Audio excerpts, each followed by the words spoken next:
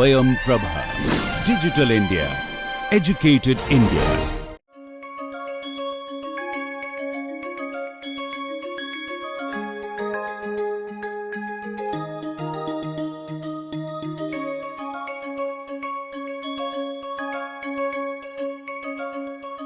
So let's move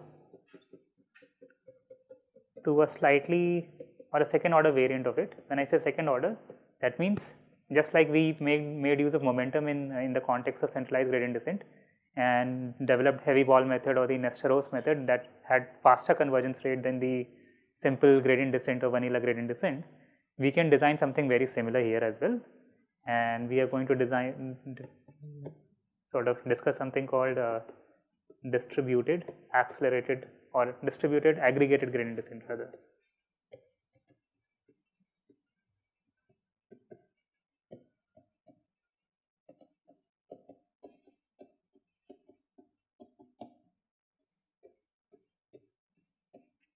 It's a second order algorithm. And the idea is, so the agents are going to initialize themselves to some xi0, right, in the beginning, because agents, they don't know what other agents are initializing to, right. So everyone would have their own initial, so this is the initialization step.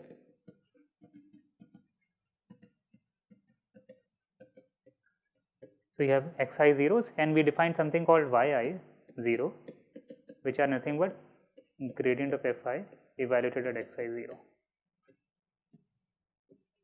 So we are going to, so agents are going to be initializing two variables now, because they are going to be exchanging two variables. As we had seen in the context of momentum based methods, we had exchange of, not exchange, but we were working with two variables at a time, right.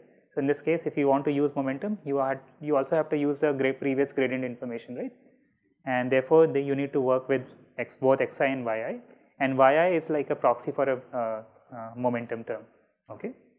So the way this algorithm works it, after any iteration, at the end of k iterations, so you are going to be defining xi k plus 1. So you have the similar kind of mixing step, but a slightly different variant of it, j1 through n wij xjk. So this would have been for a simple first order algorithm, but now that we are working with second order algorithm, we also have some step size alpha times yik, okay. And think of yik in the beginning and think of yik as the gradient, right. So and then you also need to update your yik as, so you run another consensus on yi's, so wij yjk, then you have gradient fi evaluated at xi k plus 1 minus gradient fi evaluated at xik. This is the algorithm.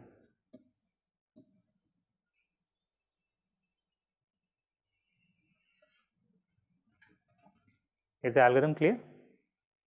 So we are looking at we are using the previous gradient information as well as the current gradient information, and that is where that basically is your momentum term, right. So you are trying to use that momentum term, and then you want to ensure that you want to get this updated momentum term, and in your when you perform a consensus and gradient step, essentially essentially this is your step, right, where you combine both the mixing as well as the gradient step. So is this algorithm clear? So let's look at so I've coded this up, so let's look at the implementation of the two algorithms and for the same example. So let me redraw the example that,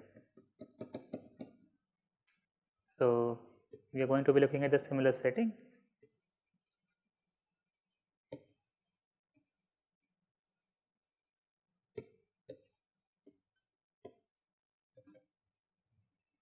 Okay, and then you have fi is to be half x minus I whole square. So gradient of fi of x, that should be x minus I, and x star so if you are trying to minimize I 1 through n fi, right? So x star turns out to be, what is x star in this case? N is equal to 5, right? There are 5 agents. X star is 3. Okay, so let's try and see if we can make these algorithms to work. All right, so the first part is just importing the basic libraries. So NumPy, and just for plotting, matplotlib is what we are going to use. Now we are trying to minimize some of these convex functions of xi.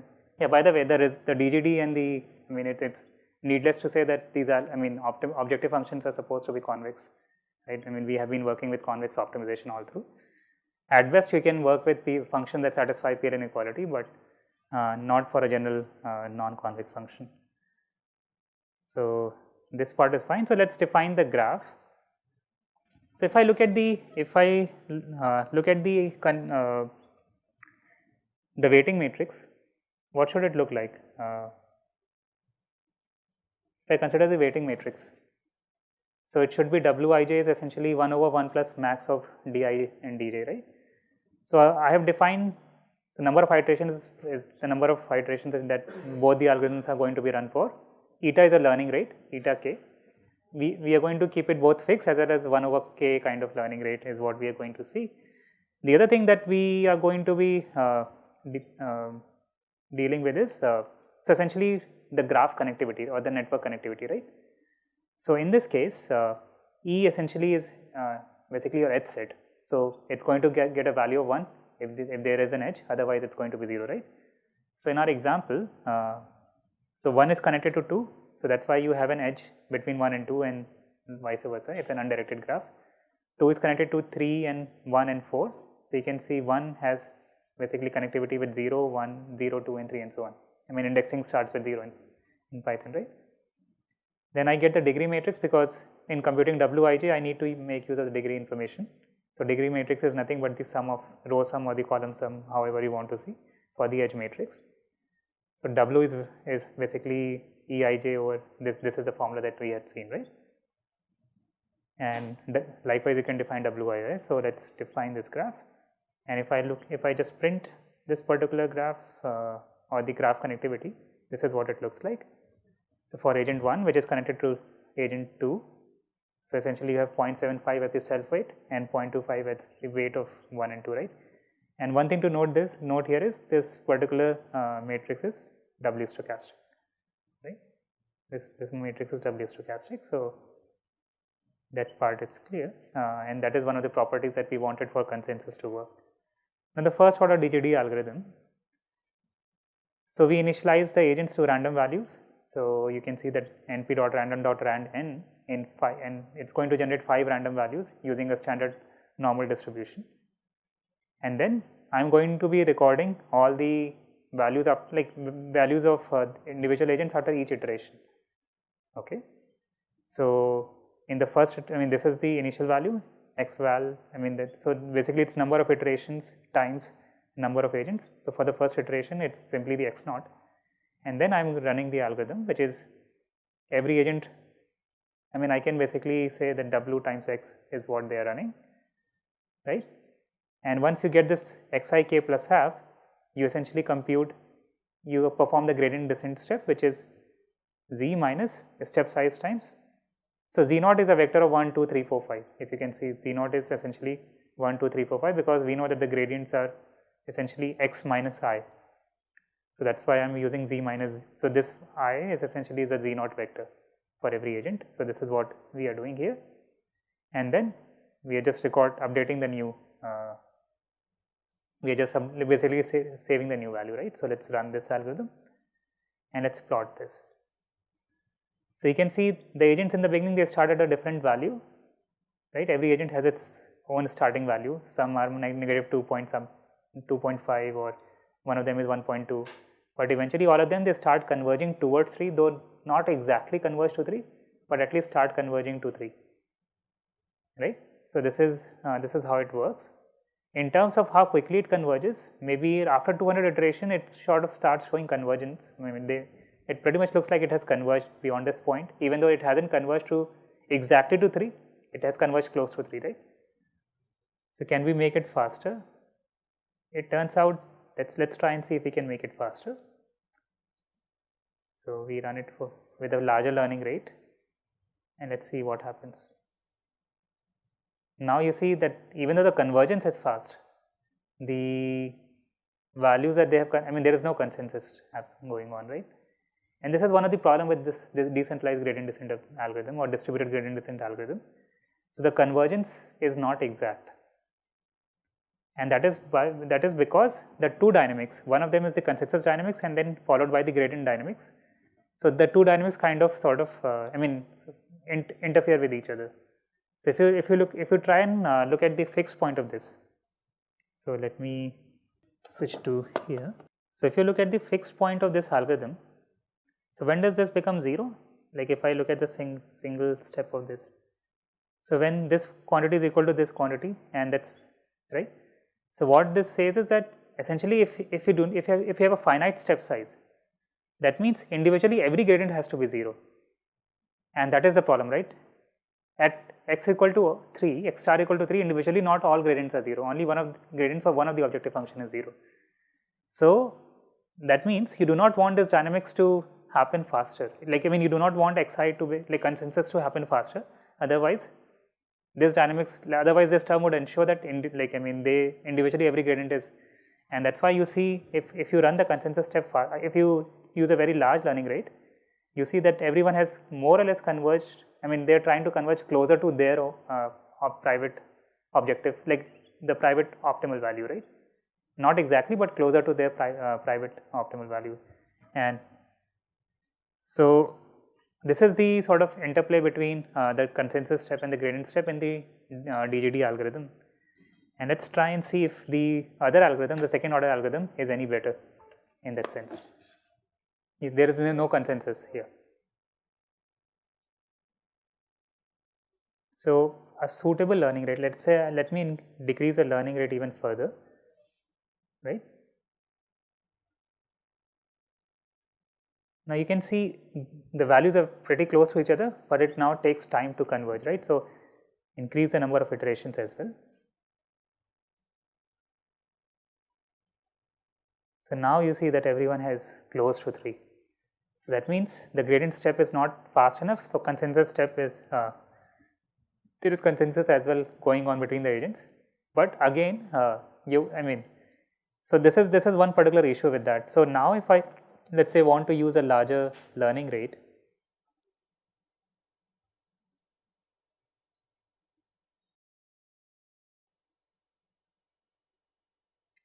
and this is where you see this particular issue, right? So if I want to use a larger learning rate, one thing that we said was we probably need to use some kind of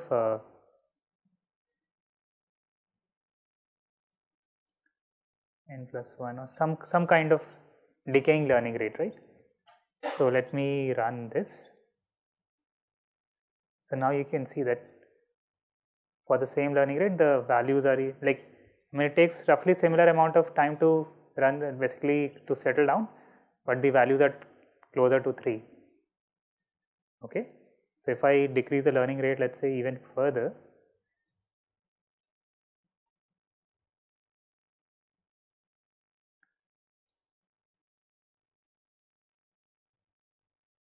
it hasn't converged, but you can see the values are pretty close to each other, right? So this is one way to sort of get rid of the difference. So in Python, if you want to do matrix vector product, W star x does element wise product. So if you want to do matrix vector product, you have to use that. So either you use that, or there is a command called np.matmul, and yeah.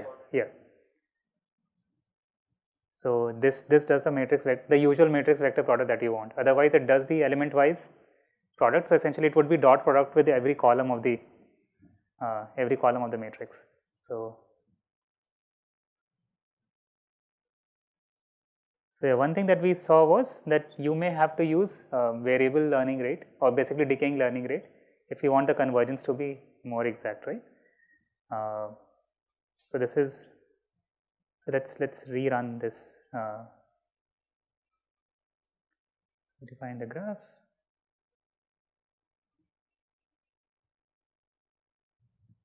So with a small learning, with a constant but small learning rate, you essentially get convergence, decent, like good enough convergence, right? Now let's see how the second order algorithm looks like, which is, so in second order algorithm, the agent is going to be exchanging both x as well as y, right? And let's say the agent initializes at some x naught, so this is your x naught. Then your y is essentially, y naught is nothing but the gradient of fi evaluated at x naught, right? And that is what we are doing. And then we are also going to be keeping track of the y variable, because agents also run consensus on y or the mixing on y. So in this case, let's say I use a learning rate of 0.01. So this is the algorithm, right? You get new x, which is w times x, your mixing matrix, mixing step, and your gradient descent step combined. And then your new y is basically mixing on y. Then you basically look at the current gradient evaluated at a new point minus the gradient evaluated at the previous point. Okay, so that's what we are doing. And then we are just sort of keeping track of the x and y values. So let's run this algorithm and let's see how the convergence looks like. And you can see it's super fast, right? For the same learning rate, it converges much faster.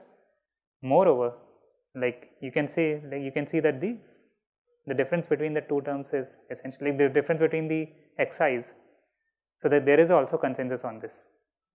And that's because we are running additional consensus on the y variable as well. So if you analyze the dynamics of this, I mean, there is no sort of interplay between whether you want to do the gradient descent first or the consensus first, right? So for different learning rates, even let's say 0.1, this works. Okay, even for 0.1 kind of learning rate, it works much faster. So let me decrease the number of iterations otherwise.